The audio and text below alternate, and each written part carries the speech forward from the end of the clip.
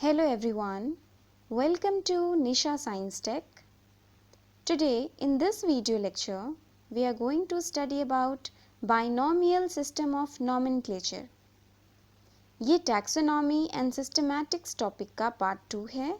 इससे previous video में हमने इसका part 1 study किया था, जिसमें हमने देखा था identification and classification. इसका लिंक मैंने डिस्क्रिप्शन बॉक्स में दे दिया है, आप वहाँ से भी इसे देख सकते हो. आज हम इस वीडियो में नॉमेनक्लेचर के बारे में जानेंगे. साथ ही इस वीडियो के लास्ट में हम कुछ रिव्यू क्वेश्चंस भी डिस्कस करेंगे, तो प्लीज़ इस वीडियो को पूरा देखें. तो चलिए आज का वीडियो शुरू करते हैं. Binomial nomenclature. बाइनॉमियल नॉमेनक्लेचर को हिंदी में द्विपद नाम पद्धति कहते हैं. This nomenclature system was given by Carolus Linnaeus. He explained this system in the 10th edition of his famous book Systema Naturae, published in 1758. ये बहुत बार एग्जाम्स में भी पूछे जाते हैं कि कैरोलस लीनियस ने अपने कौन से बुक में बाइनॉमियल सिस्टम ऑफ नॉमेनक्लेचर के बारे में बताया था. तो उस बुक का नाम है सिस्टेमा नेचुरा. तो ये बाइनॉमियल सिस्टम क्या है? According to binomial system of nomenclature, each organism is given a name of two words. For example, Panthera leo is the scientific name of lion.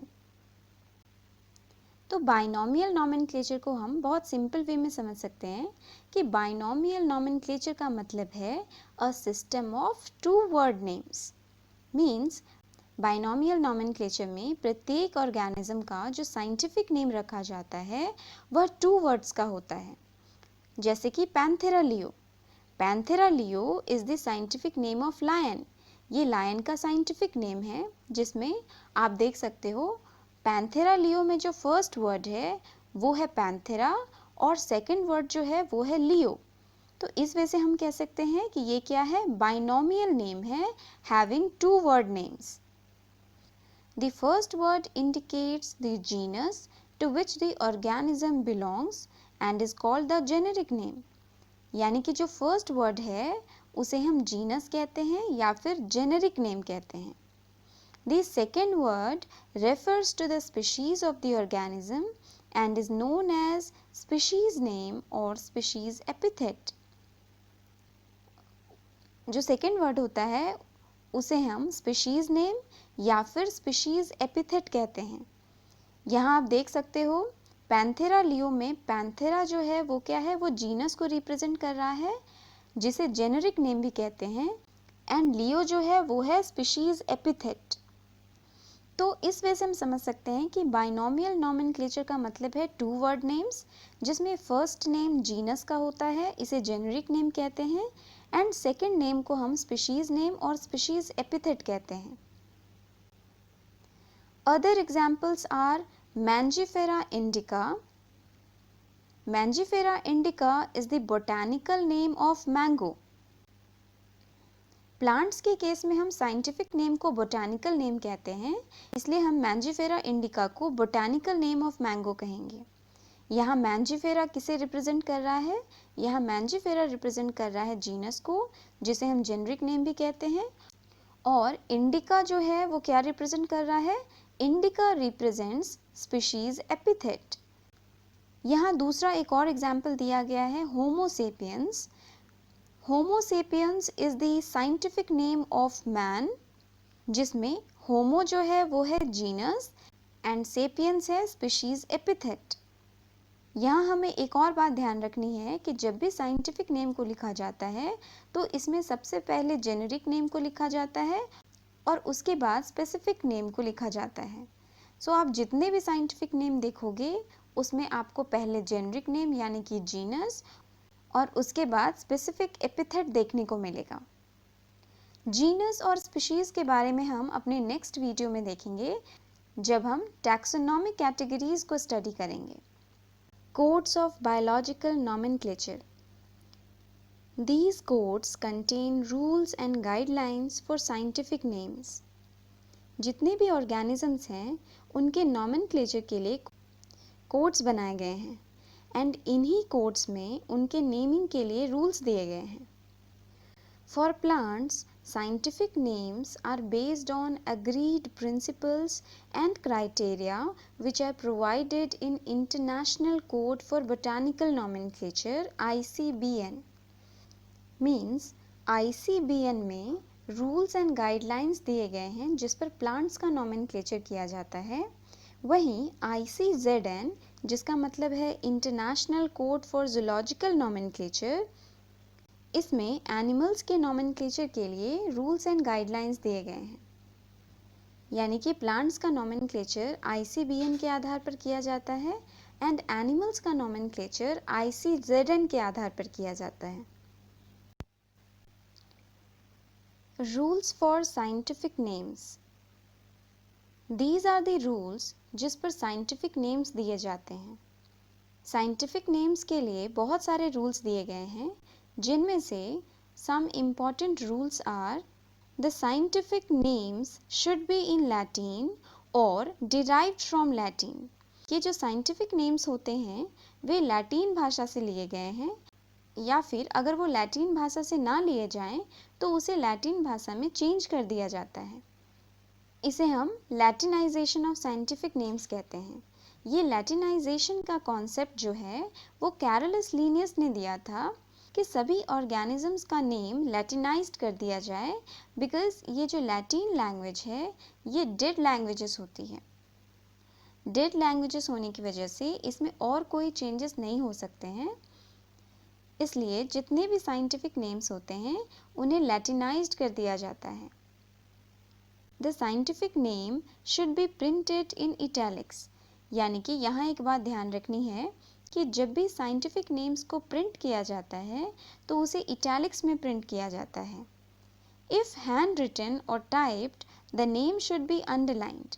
और जब भी इसे हाथ से लिखा जाए और टाइप किया जाए तो हमें यह ध्यान रखना है कि जेनेरिक नेम और स्पीशीज़ नेम को अलग अलग अंडरलाइन किया जाए। अगर हम कोई एग्जाम्पल लें जैसे कि मैंजीफेरा इंडिका, यदि हम मैंजीफेरा इंडिका को लिखें तो मैंजीफेरा को अलग एंड इंडिका को अलग से अंडरलाइन करना है।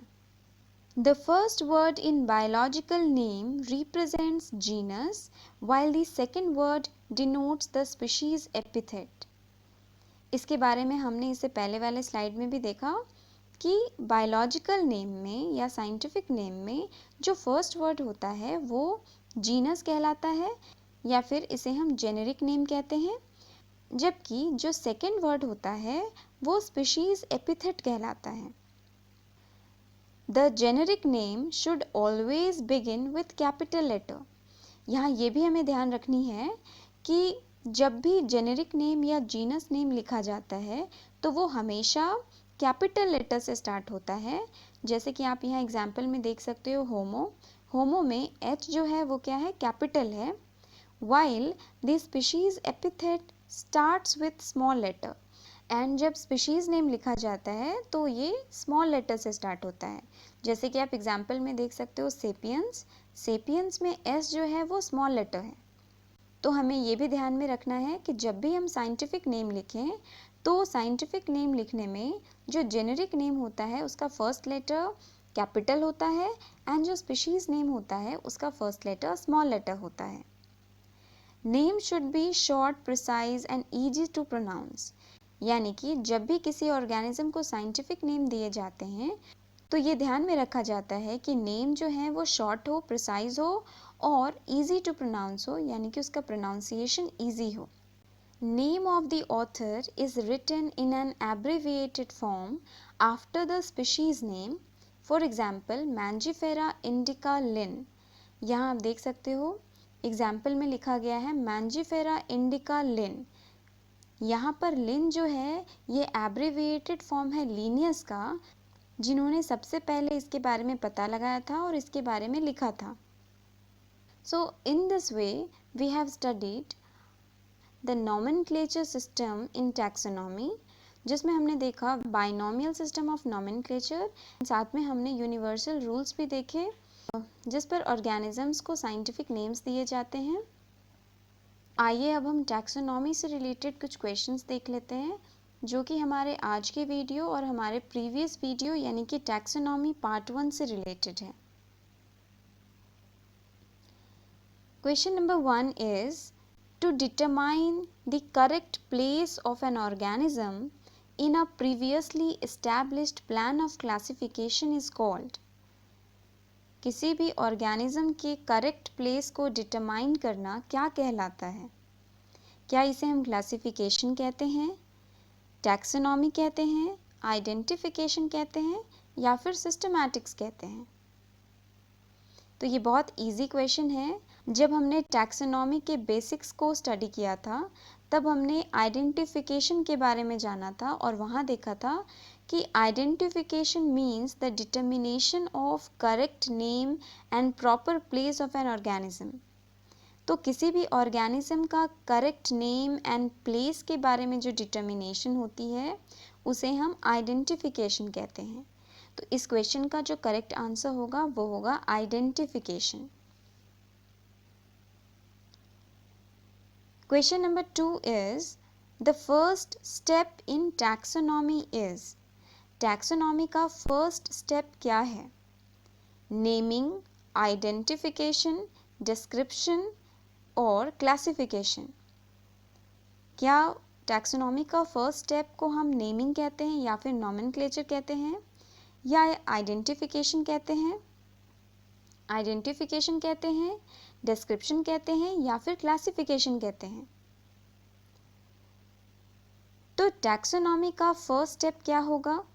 टैक्सोनॉमी का फर्स्ट स्टेप होगा आइडेंटिफिकेशन। बिकॉज जब तक हम किसी भी ऑर्गेनिज्म को आइडेंटिफाई नहीं करेंगे तब तक हम उसका नॉमेनक्लेचर नहीं कर सकते और ना ही उसे क्लासीफाई कर सकते हैं। तो first step in taxonomy is identification.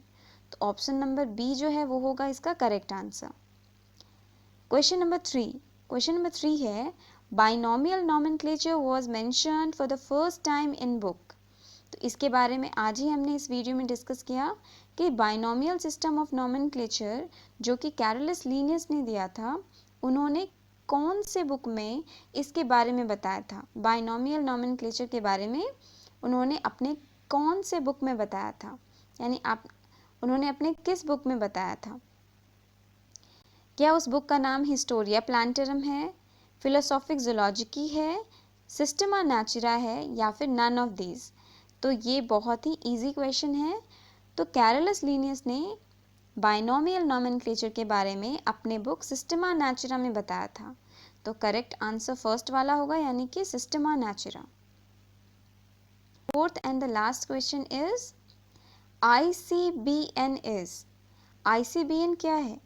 क्या international code of botanical nomenclature, international code of biological naming, international classification of biological nomenclature या फिर इनमें से कोई नहीं?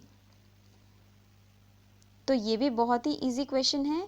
ICBN का मतलब है international code of botanical nomenclature, यानी जिसके आधार पर प्लांट्स का नॉमेनक्लेचर किया जाता है या प्लांट्स का नामकरण किया जाता है। तो इस वजह से इन रिव्यू क्वेश्चंस के हेल्प से भी आप इस टॉपिक को समझ सकते हो। ये बहुत ही इम्पॉर्टेंट टॉपिक है एंड आपके नीट के एग्जाम में भी इस टॉपिक से रिलेटेड क्वेश्चंस आते हैं। In our next video we will study about taxonomy categories. Thank you.